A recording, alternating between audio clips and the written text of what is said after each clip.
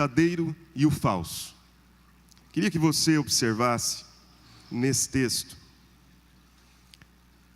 uma dinâmica muito interessante nos últimos 4 versículos. Os últimos 4 versículos nos falam de palavras de Simão, Pedro, declarando, professando a sua fé em Jesus, confirmando aquilo que Pedro já havia feito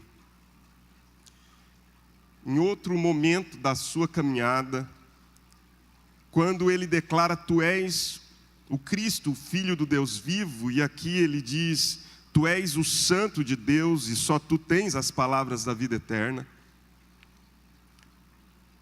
E em seguida você encontra Judas, que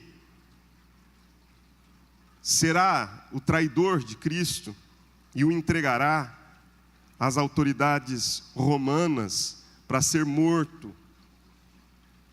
Nós estamos entre o verdadeiro e o falso. Alguém que profere uma declaração de fé autêntica, legítima,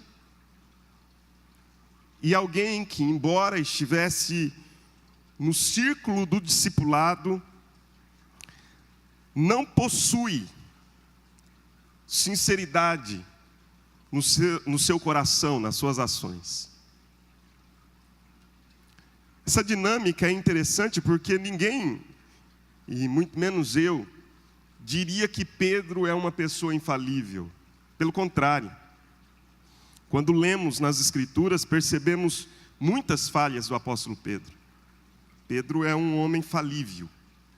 Pedro nega Jesus. Pedro é repreendido por Paulo. E isso está lá em Gálatas relatado. Pedro não é uma pessoa infalível, mas existe no coração de Pedro uma semente divina que foi plantada e está germinando.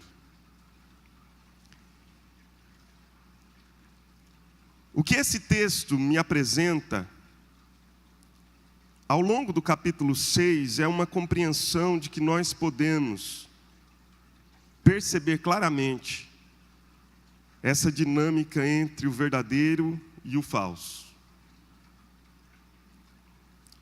E por que eu digo isso? Porque percebo nas Escrituras e, sobretudo, nos Evangelhos, isso muito presente. Jesus, em todo tempo, quer que as pessoas o sigam, mas o sigam pelas razões certas, com as motivações corretas, com as intenções verdadeiras. O Evangelho está repleto de exemplos a respeito de Jesus colocar pessoas à prova e, de alguma maneira, exigir que delas venham declarações verdadeiras, declarações sinceras, honestas, autênticas, genuínas. E quando não, muitas dessas declarações se tornam apenas palha, porque elas não são verdadeiras, não são honestas. Longe de mim pensar que nós, em algum momento, nessa realidade da igreja que caminha sobre a terra, a igreja que milita no dia a dia, consigamos um tipo de purismo, de pureza. Não, longe de mim isso. O próprio Jesus vai nos apresentar o fato de que um homem planta uma boa semente e o trigo nasce, e quando ele volta para casa e dorme, o inimigo se aproveita e lança uma semente de joio, e o trigo cresce junto com o joio. Jesus dizendo do verdadeiro e do falso, dizendo que essa realidade, ela é inevitável. Não se pode, de modo algum, pensar que podemos adquirir uma pureza nisso. E Jesus vai inclusive dizer, quando nesse texto, que é uma parábola, os servos perguntam ao Senhor daquela plantação: quer que nós arranquemos o joio? E ele diz: não, para que não seja o caso de juntos com o joio se arrancar também o trigo. Espere a colheita. Alguns dirão que as raízes do joio se entrelaçavam às raízes do trigo, e quando se arrancava o joio, o trigo vinha junto. Então, o Senhor daquela plantação diz: espere a colheita, porque na colheita todos terão de ser arrancados. E aí nós fazemos a separação daquilo que é trigo e daquilo que é joio. Mas ao longo do Evangelho de Jesus, eu vejo isso tão distintamente, tão claramente. Jesus provando, Jesus insistindo que as pessoas o sigam, e o sigam de uma maneira correta, que elas estejam motivadas pelas intenções certas. Exemplo: você tem no Evangelho de Marcos algumas expressões intrigantes. Jesus cura uma pessoa, Jesus expele um demônio, Jesus realiza um benefício, e em seguida ele olha para a pessoa que foi alvo do benefício e diz: não fale nada a ninguém. Não fale nada a ninguém. E a gente não entende exatamente por que Jesus não quer que as pessoas falem dele. Por que Jesus não quer que as pessoas testemunhem a respeito dos benefícios que fora feito a estes? Por que Jesus, não obstante ter curado essas pessoas, as adverte? Se você ler o Evangelho de Marcos, perceberá que Jesus não quer ser conhecido como um curandeiro, que Jesus não quer ser conhecido como um libertador, que Jesus não quer ser conhecido como um Messias que viria para libertar o Israel étnico da opressão do Império Romano, que Jesus não quer ser conhecido como o guerreiro que viria para fazer com que Israel fosse livre dentro dos seus limites geográficos e se tornasse talvez um império, porque essa era a expectativa e a consciência que aquele povo tinha de Messias. De modo que Jesus diz: não falem nada a ninguém, porque se as pessoas começassem a ouvir que um Messias que cura, que liberta, que está a favor dos pobres, que quer libertá-los de uma opressão, começasse a ser divulgada, as pessoas criariam expectativas erradas sobre Jesus.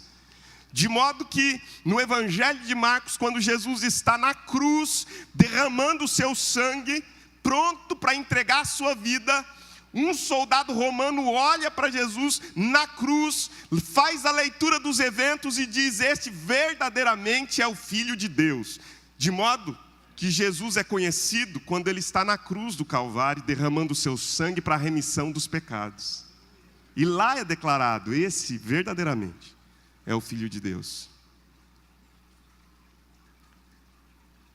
Jesus está constantemente colocando à prova quem o segue. Porque Jesus não é um propagandista irresponsável da fé. Jesus não é marqueteiro do reino. Jesus quer que as pessoas entendam exatamente o porquê estão andando nas trilhas do reino e estão assumindo um compromisso com ele. Um jovem chega até Jesus certa feita e pergunta: o que é que eu faço para herdar a vida eterna? E a Bíblia diz que Jesus lhe pergunta: tu sabes os mandamentos? E ele alista os mandamentos.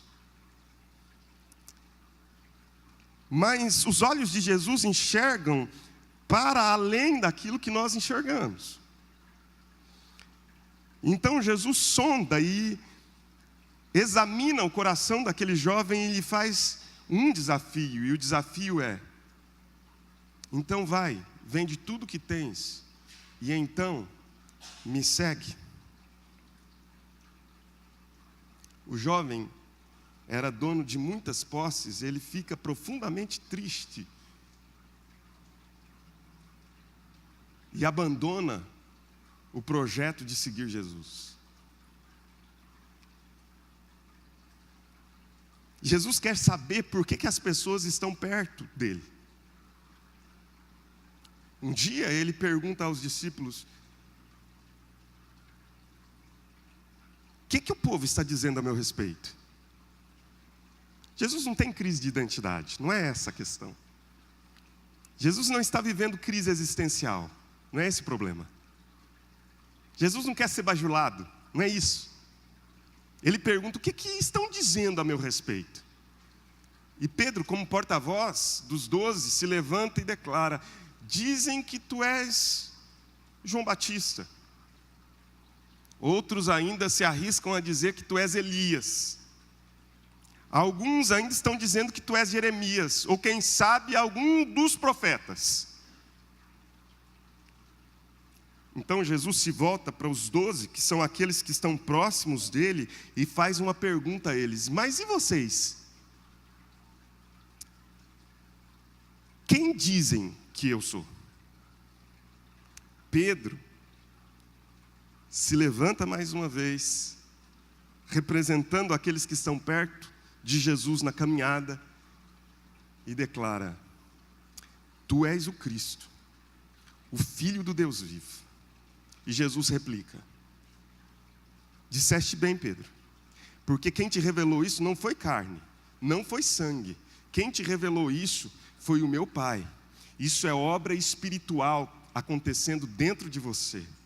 Isso é uma obra de uma semente divina que foi plantada dentro de você. O Espírito Santo está trabalhando na sua vida de maneira que você entendeu isso, Pedro, e compreendeu que eu não sou apenas um dos profetas, que eu não sou apenas um curandeiro, que eu não sou apenas alguém que realiza milagres, eu não sou alguém que traz benefícios apenas à vida diária, cotidiana e terrena, mas que eu sou o Filho de Deus que veio para resgatar aqueles que estão nas trevas e transportá-los para a luz. Você entendeu bem, mas você não entendeu porque você simplesmente racionalizou, você entendeu porque o Espírito Santo revelou isso a você.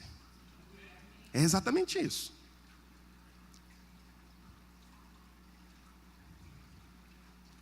Certa feita, um homem chega. Observe, eu estou apenas trazendo alguns relatos do Evangelho sobre como Jesus o tempo inteiro está testando a motivação dos que o seguem. Alguém se aproxima e diz: Senhor, eu te seguirei por onde quer que fores. Eu vou junto. Eu estou contigo e não abro. Vou até as últimas consequências. E aí, eu e você podemos inadvertidamente dizer: esse aí é o tipo de gente que eu quero na igreja. Gente que estufa o peito e diz: é comigo, eu assumo a responsabilidade, eu vou contigo por onde quer que fores, eu quero te seguir. Então Jesus prova o seguimento e diz: as aves do céu têm os seus ninhos, as raposas têm os seus covis, mas o Filho do Homem não tem nem onde reclinar a cabeça. Em outras palavras, Jesus está dizendo: você tem certeza do que você está dizendo? Você tem certeza de que essa declaração bonita, essa declaração contundente, essa declaração enfática de fé, ela produz ou possui correspondência lá no interior do seu coração? E esse texto que nós estamos lendo está dentro dessa concepção maior. de Jesus chamando pessoas a um compromisso real. Cristo está num momento em que a sua popularidade é alta.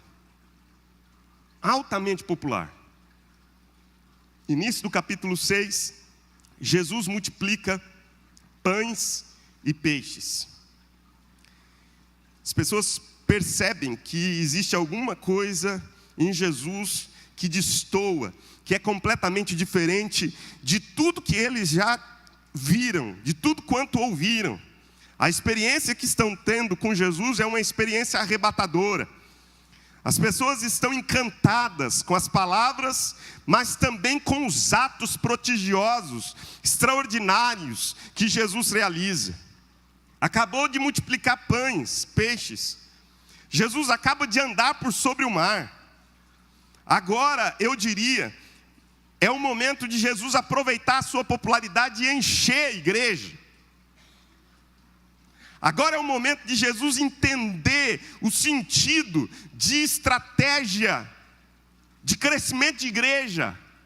Mas ele faltou nessa aula. Jesus não participou desse congresso. Essa conferência, Jesus não se inscreveu, não foi. Ele não sabia que agora não era a hora de exigir compromisso de ninguém. Agora era a hora simplesmente de dizer: gente, fica comigo. Gente, ninguém vai embora, vamos agrupar, porque quanto mais gente a gente conseguir, melhor nós vamos nos tornar mais poderosos. Daqui a pouco a gente começa um movimento subversivo aqui, e o Império Romano vai se dobrar diante de nós. Jesus, graças a Deus, é Deus, não sujeito a esses sentimentos megalomaníacos, faz o inverso de tudo aquilo que os mestres do crescimento de igreja fariam. Jesus reúne todo mundo. As pessoas não precisam de um apelo muito forte para Jesus trazê-las para perto, porque Ele está fazendo milagres. Ao contrário disso, Jesus precisa apenas ir para um determinado lugar e ficar parado, e as multidões se aglomeram ao redor de Jesus. Veja aí o verso 22. No dia seguinte, a multidão que ficara do outro lado do mar, notou que ali não havia senão um pequeno barco, e que Jesus não embarcara nele com os seus discípulos, tendo estes partido sós. Entretanto, outros barquinhos chegaram de Tiberíades, perto do lugar onde comeram um pão, tendo o Senhor dado graças. Quando, pois, viu a multidão que Jesus não estava ali, nem os seus discípulos, tomaram os barcos, partiram para Cafarnaum, à sua procura. Mas então Jesus começa um discurso pesado. Dali a pouco a gente chega lá. Mas eu queria que você percebesse que, mais uma vez, existem muitas pessoas seguindo Jesus por razões falsas. Essa multidão que nós acabamos de ler está seguindo Jesus, e eu vou chamar isso de uma fé por modismo. Algum tempo atrás, ser cristão era alguma coisa que, ou ser um crente, um bíblia, um evangélico, era alguma coisa impopular. Mas nessa época da impopularidade, do ser cristão, do ser crente, do ser bíblia, do ser evangélico, de ser o protestante, embora impopular, nessa época, era o grande testemunho que existia de fé e fidelidade. Algum tempo atrás, quando eu era pastor em Goiânia, estava assistindo uma palestra dentro de uma igreja presbiteriana de Vila Nova. Eu era pastor na igreja presbiteriana independente de Vila Nova. Eu estava dentro da IPB de Vila Nova assistindo uma palestra, e um pastor trouxe um recorte de jornal, do Jornal Popular, que é o principal jornal de Goiânia, de 1950 e alguma coisa. E no recorte estava escrito assim: contrato funcionário para tal e tal e tal e tal setor para agir assim, assim. Preferencialmente evangélico, preferencialmente protestante.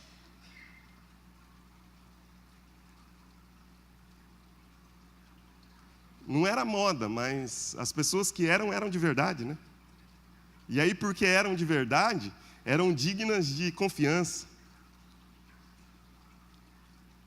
Mas agora as pessoas, nos nossos dias, dizem assim, é tão legal, né, ser crente, porque a gente tem tantas variedades, formas de ser cristão. Não estou, gente, dizendo que isso é ruim. Eu creio nessa multiforme sabedoria e ação de Deus no mundo. Eu creio que Deus, Ele está muito além da nossa capacidade de enxergar o nosso momento. Deus é aquele que faz a leitura do momento e entende que existem formas diferentes para alcançar pessoas das mais diversas formas, que o nosso mundo é um mundo cada vez mais plural. Eu entendo isso. O que eu estou querendo dizer para você é que, indistintamente do modo como essas pessoas são chamadas para Cristo, a mensagem não muda, a mensagem é a mesma. A mensagem é uma mensagem de arrependimento, é uma mensagem de transformação, é uma mensagem de mudança de vida, é uma mensagem de abdicar das coisas que para trás ficam, coisas que eram do Egito, e assumir uma postura nova de vida. A mensagem vai ser sempre essa. Mas muita gente hoje em dia está seguindo porque existe uma psicologia das massas.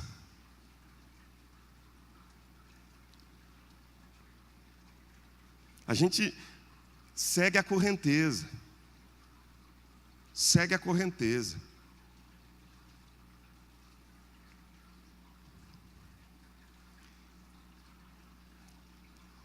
Alguns dos irmãos se lembram que quando do impeachment do ex-presidente Fernando Collor de Mello, existia um movimento chamado os Cara Pintadas, não era isso? Cara Pintada. O pessoal pintava a bandeira do Brasil assim, verde e amarelo. Isso, final da década de 80, início de 90, eu acho. Certo? E muita gente que fazia isso, fazia sem saber o que estava fazendo. A gente segue junto com a multidão. É um movimento. Nem todo mundo que vai para a Avenida Paulista, na parada gay, é gay. Hoje em dia não pode nem ficar falando muito sobre isso, mas se for tudo, está perdido o mundo mesmo. Que é muita gente. Mas vão por quê? Porque a multidão está indo, e quanto mais gente, mais fervor, mais multidão. Eu gosto disso, eu gosto disso, eu gosto. E as pessoas estão assim. Alguém olha e diz assim, para onde aquele povo está indo? Não sei. Ah, mas deve ser bom, vamos junto. Há pessoas que simplesmente seguem porque estão andando dentro de uma trilha da tradição, gente. Nunca se questionaram por que fazem o que fazem. Nunca. Nunca pararam para fazer um autoexame e perguntarem por que eu faço o que faço. Por que eu venho domingo a um culto dentro de uma igreja? E aí você pergunta e a pessoa diz, mas meu pai e minha mãe fazem. Meus avós faziam. Meus bisavós faziam. Eu faço também. Você conhece a história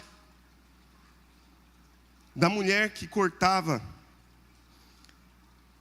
o pernil, as duas pontas do pernil, colocava para assar no forno. Um dia o marido, inquieto com aquele desperdício, pergunta, minha filha, por que você corta essa ponta do pernil e assa só o meio? Ela olhou para ele e disse, boa pergunta. A minha mãe fazia assim. Ele, inquieto com aquela dúvida altamente filosófica, que gerava nele uma crise existencial, liga para a sogra e pergunta, minha sogra, qual a razão pela qual você corta, e ensinou a sua filha a cortar as pontas do pernil e colocar só o meio para assar.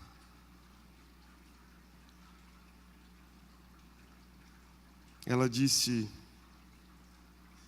boa pergunta. A minha mãe fazia isso.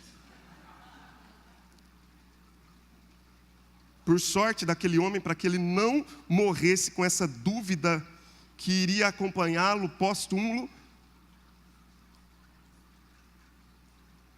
a avó da esposa estava viva e ele perguntou: vó, me diz, qual a razão pela qual se corta, vocês na família cortam as pontas do pernil e só assam o meio? Ela disse: meu filho, na minha época, na nossa casa, só tinha uma forma pequena e não cabia o pernil inteiro.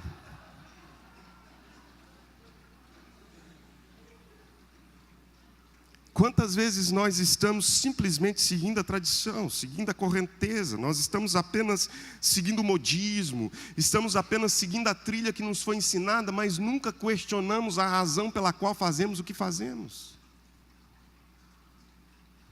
A multidão está seguindo Jesus. Mas muita gente não sabe por que está seguindo Jesus. Agora, existe um outro tipo de fé que não é apenas uma fé por modismo. Existe uma fé mercenária também, que está sendo propagada às turras na nossa nação. Verso 26. Respondeu-lhes Jesus: em verdade vos digo, vós me procurais, não porque vistes sinais, mas porque comestes dos pães e vos fartastes. Preste atenção. No Evangelho de João, sinal é mais do que milagre. No Evangelho de João, a palavra sinal é importantíssima. Ela aparece do início ao fim do Evangelho. E todas as vezes que ela aparece, você precisaria grifar essa palavra e parar um instante para refletir e meditar a respeito. Porque sinal, no Evangelho de João, é uma placa apontando para Jesus Cristo. Abra sua Bíblia no capítulo 20 de João. Não perca, fique comigo, por favor.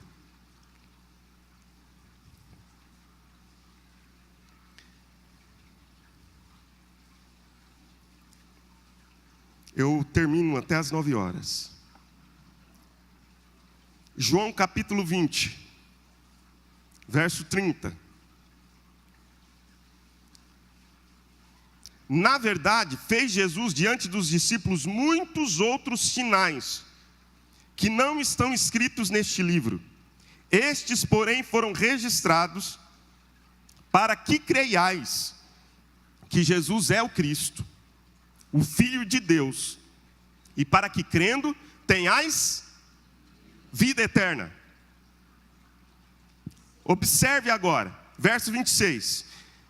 Em verdade vos digo, vós me procurais não porque vistes sinais, mas porque comestes dos pães e vos fartastes. Veja, a multiplicação dos pães e dos peixes era um sinal, uma placa sinalizadora. A multiplicação dos pães e dos peixes em si, nada podia significar se não apontasse para Jesus e dissesse: esse de fato é o Cristo, o Filho de Deus. Estes sinais foram escritos para que creiais que este é o Filho de Deus, e crendo tenhais vida eterna. Uma vez que o sinal não aponta para Jesus, ele perde a validade. Tem muita gente procurando multiplicação dos pães e dos peixes, bens. Tem muita gente procurando cura física. Eu não estou dizendo que Jesus não pode fazer infinitamente mais do que todas estas coisas, mas o projeto de Jesus não é realizar milagres na sua vida para você ter bem-estar nessa terra. O projeto de Jesus é que você entenda que Ele é o Cristo, o Filho de Deus, e para que crendo você tenha vida eterna. O milagre em si, como um fim em si mesmo,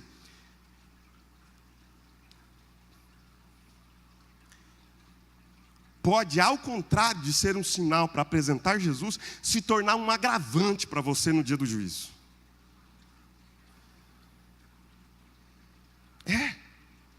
Ai de ti, Betsaida, ai de ti, Corazim, porque se os milagres que foram feitos no meio de vocês tivessem sido feitos em Sodoma e Gomorra, há muito que eles teriam se convertido, mas vocês serão julgados com um peso maior. Ou seja, quando um milagre não aponta para Jesus, e a pessoa não olha para Jesus e crê que Jesus é o Cristo, o Filho de Deus, e crendo tem vida eterna, aquele milagre se torna um agravante, de maneira que no dia do juízo Deus diz: você viu milagres, e o milagre não foi um sinal para crer no meu Filho Jesus.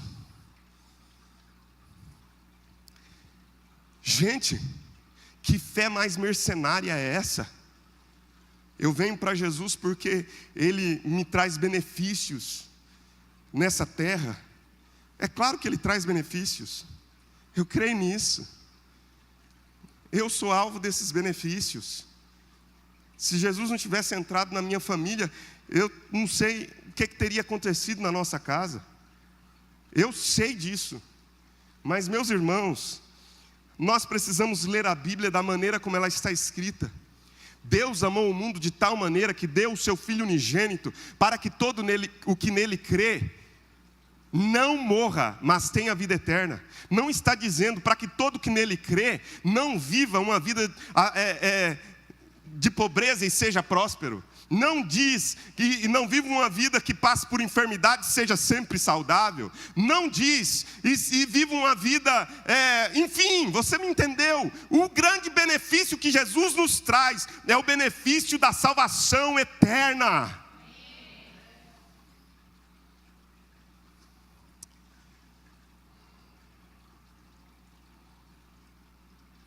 Eu encerro.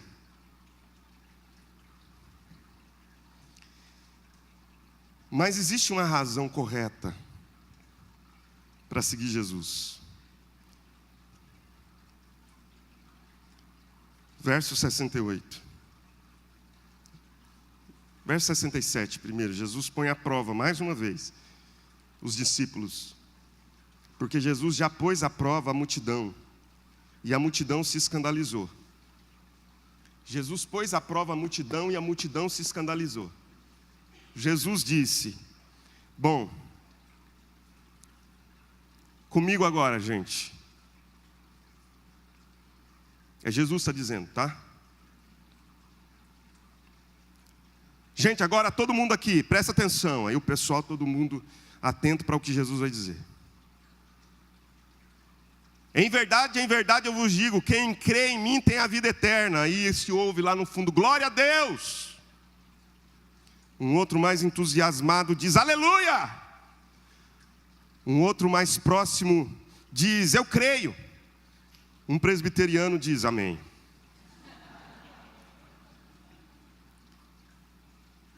Aí Jesus continua a sua mensagem e diz: eu sou o pão da vida. Vossos pais comeram o maná no deserto e morreram. Este é o pão que desce do céu, para que todo o que dele comer não pereça. Eu sou o pão vivo que desceu do céu. Aí o que tinha dito glória a Deus, olha para o que está do lado e diz assim: ele começou bem, né? Mensagem que tinha começado bem, mas agora já surtou, olha lá. Pão vivo que desceu do céu, está se achando. Só porque multiplicou pães e peixes, está se achando agora. Se alguém dele comer, viverá eternamente. O pão que eu darei pela vida do mundo é a minha carne. Disputavam, pois, os judeus entre si, dizendo: como pode este dar-nos a comer a sua própria carne? Jesus continua pregando e diz: em verdade vos digo, se não comerdes a carne do Filho do Homem, e não beberdes o seu sangue, não tendes vida em vós mesmos. Aí um já se levanta e diz: bobagem, eu não vou ficar ouvindo esse cara, porque está totalmente surtado, agora começou a pregar canibalismo. Eu não vou ficar aqui para ver no que isso vai dar. Um já se levanta, pega a esposa, diz: levanta também. Não, mas eu quero terminar de ouvir. Não, você vai comigo. Acontece isso aqui de vez em quando.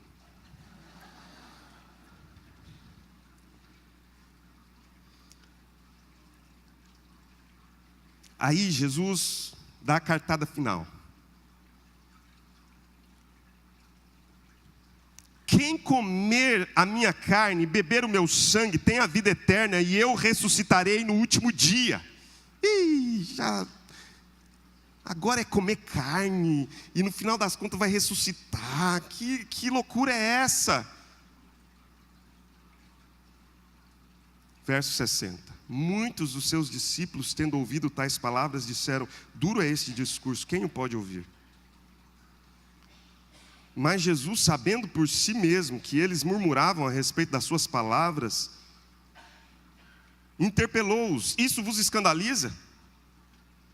Verso 63, o Espírito é o que vivifica, a carne para nada aproveita. Jesus diz assim: vocês não estão entendendo nada, porque vocês estão ouvindo a minha mensagem, estão ouvindo essa palavra apenas com a sua mente. Vocês não possuem a semente da vida em vocês. O Espírito é o que vivifica, a carne para nada aproveita. Eu não estou falando sobre comer carne, a minha carne, beber o meu sangue. Eu estou falando de coisas espirituais. As palavras que eu vos tenho dito são espírito e são vida. Eu estou reclamando que vocês precisam ter um compromisso verdadeiro comigo. Vocês precisam ter uma aliança e um pacto comigo. É isso que eu estou dizendo. Jesus, não contente porque a multidão vai embora, ele olha para os discípulos, verso 67. Porventura vocês também querem se retirar? Nessa hora aqui eu já teria abandonado o ministério. Falar, Jesus vai até o fim. Vocês também querem se retirar? Estão cientes do que é me seguir? Aí Pedro se levanta e ele diz: Senhor, para quem iremos nós? Primeiro, Pedro entende que ele não pode salvar a si mesmo, que ele precisa de alguém que o salve. E ele entende que ele precisa ir a alguém e essa pessoa o salve. Segundo, só tu tens as palavras da vida eterna. Pedro entende que ele não pode se salvar e que só Jesus pode salvá-lo. Só Jesus tem as palavras da vida eterna. Pedro está falando da singularidade. O Evangelho está nos anunciando que Jesus é ímpar, único. Eu sou o caminho, a verdade e a vida, e ninguém vem ao Pai senão por meu intermédio. Não existe opção. Ser um cristão verdadeiro é ter compreendido que não existe uma outra opção, que não existe uma outra alternativa, que é Jesus ou só Jesus, porque nós temos crido e conhecido que tu és o Santo de Deus. Por que você segue Jesus?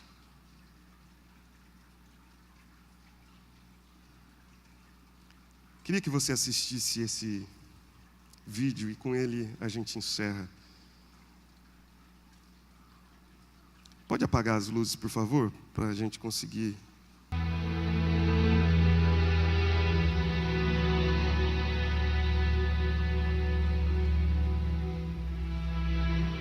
A man fell in a hole.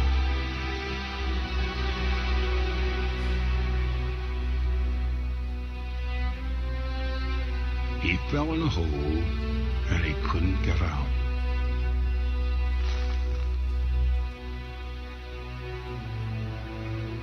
A traveler passed by. He told the man to meditate, to purify his mind, and when he reached nirvana, all suffering would cease. The man did as he was told, but he remained in the hole. Another man appeared.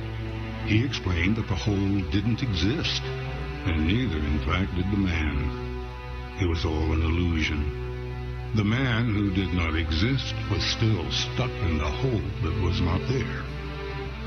Another visitor arrived. he instructed the man to perform good deeds to improve his karma, and though he would still die in the hole, he might be reincarnated as something magnificent.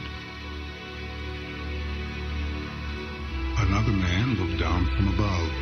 He taught the man to pray 5 times a day facing east and to follow 5 important tenets. If he was faithful, one day, perhaps, the divine would set him free. The man prayed as best he could, but he was losing strength, and in the hole he remained.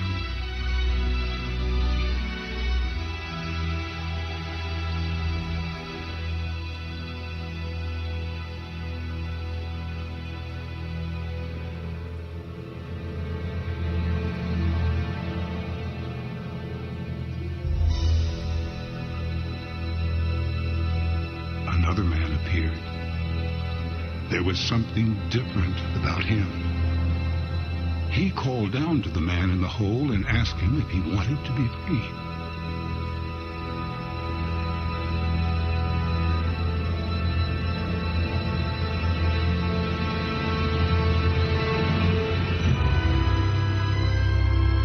This man lowered himself into the earth, into the pit. He took hold of the man and dragged him into the light. And the man in the hole, who could not get himself out, was saved.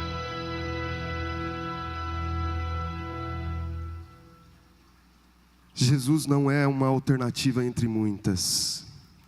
Jesus é o único que desceu no poço e pode te tirar desse buraco fundo e te levar para a luz.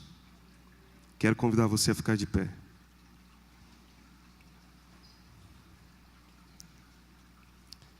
Pedro diz: para quem iremos? Só tu tens as palavras de vida eterna, porque nós temos crido e conhecido. Você precisa de uma experiência viva com Jesus. Não é uma experiência com essa igreja, não é uma experiência com esse culto, não é uma experiência religiosa. Você precisa de uma experiência viva, de crer e conhecer quem Jesus é.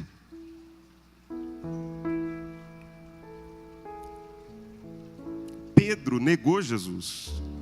Pedro era falível. Mas Pedro tinha uma experiência viva com Cristo. E ele havia crido e conhecido. Uma experiência real, autêntica.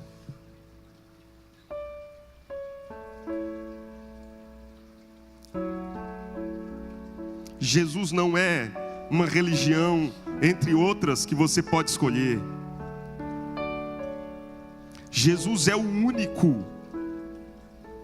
Ele é o caminho, Ele é a verdade, Ele é a vida. Não existem outras possibilidades, não existem desvios, não existem atalhos. Ele é o caminho. Não existem outras verdades, Ele é a verdade absoluta. Não existem outras vidas que possam saciar a tua fome e sede de Deus. Ele é a única vida, só Ele, só Ele, só Ele. Ser cristão verdadeiro e se tornar discípulo de Jesus é ter entendido para quem iremos.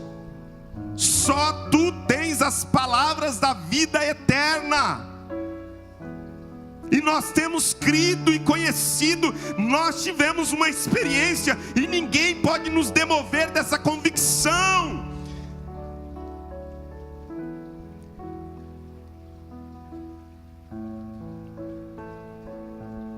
Senhor Deus, eu quero colocar agora na Tua presença a vida, Senhor, dos meus irmãos que me ouvem nesta noite. Amigos, pessoas queridas que vieram a esse culto para ouvirem a palavra do Senhor. Eu coloco a minha própria vida diante do Senhor. Eu reconheço, ó Deus, que nós estamos diante do ultimato da Tua palavra. Eu reconheço, Senhor, que nós estamos diante do desafio das Escrituras, que nos mostram que é só Jesus. Senhor, eu quero te agradecer porque essa palavra pode definir o destino eterno de pessoas neste lugar, nesta noite. Senhor, eu te clamo em nome de Cristo que o Senhor arrebente com as cordas, com as amarras, com as cadeias, com os grilhões, com as correntes que prendem. E que hoje seja um dia, Senhor, de pessoas saírem do buraco da sua existência. Gente que tentou tudo, gente que correu atrás de todas as outras possibilidades supostas e aparentes, mas que só encontrou uma saída quando Jesus desceu ao fundo do poço. Pai, eu peço que nesta noite o Senhor desça ao fundo do poço de alguns aqui neste lugar e os tire desse lugar de trevas, deste lugar de desespero, deste lugar, ó Deus, onde as forças se exauriram, deste lugar, ó Deus, onde o cansaço tomou, deste lugar, ó Deus, que parece que o fim é a morte. Eu peço que o Senhor desça esse buraco nesta noite e leve essas pessoas para fora dele, para que elas enxerguem a luz, para que elas vejam, ó Deus, a beleza da existência fora desse buraco, para que vejam que fora dele o ar não é rarefeito, mas fora dele nós podemos respirar ar puro, fora dele nós podemos ter, ó Deus, condições de ver a luz. É o que eu te peço nesta noite, Senhor, no nome de Jesus e para a glória do Senhor Jesus Cristo. Se o Espírito Santo de Deus está trabalhando no seu coração e você entende que você não tem para onde ir a não ser para Cristo, que é aquele que tem as palavras da vida eterna, e você quer nesta noite conhecê-lo e crer nele, o meu chamado é para que você se entregue a Jesus agora, dizendo: eu quero conhecê-lo, eu quero crer, eu quero entender que Ele me dá a vida eterna.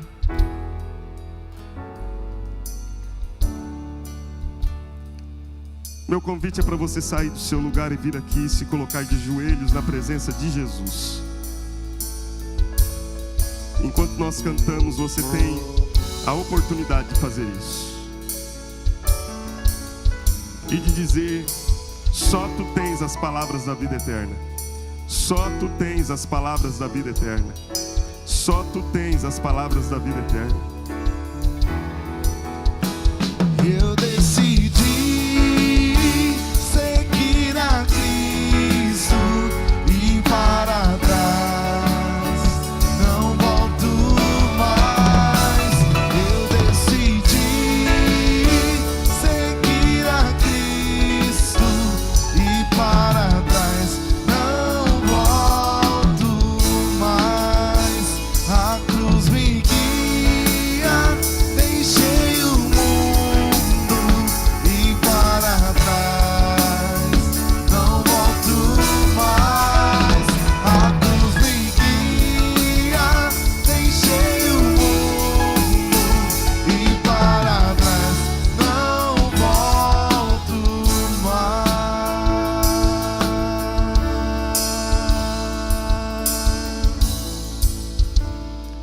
Senhor, eu te agradeço por esse culto e te louvo, Deus, porque a tua palavra, Senhor, é vida, é verdade. Que a bênção do Senhor repouse sobre cada um de nós. Que o Senhor, ó Deus, continue fazendo a tua palavra ressoar à nossa mente e ao nosso coração. É o que eu te peço. Eu oro, ó Deus, clamando que nesta noite o Senhor verdadeiramente realize a tua obra de cura, de libertação, mas sobretudo a tua obra de salvação e redenção, Senhor. Ó Deus, nós clamamos que o Senhor esteja escrevendo nomes no livro da vida neste lugar, Pai. Que o Senhor esteja redimindo pecados, que o Senhor esteja libertando de cadeias, que o Senhor faça, ó Deus, com que estas vidas possam declarar: só tu tens as palavras de vida eterna, e eu tenho crido e conhecido que tu és o Cristo, o Filho de Deus. Pai, eu clamo a Ti, aquele que está aqui à frente, aqueles que não vieram aqui, Senhor, mas que a Tua palavra operou. Que, ó Deus, ela possa frutificar a 30, a 60 e a 100 por um, no nome de Jesus. E que o Senhor te abençoe, que o Senhor te guarde, que o Senhor levante o rosto sobre ti, que o Senhor te dê a paz. Que Ele faça com que a sua vida seja cheia da graça, da bondade, da misericórdia do Senhor, agora e para sempre. Amém e amém.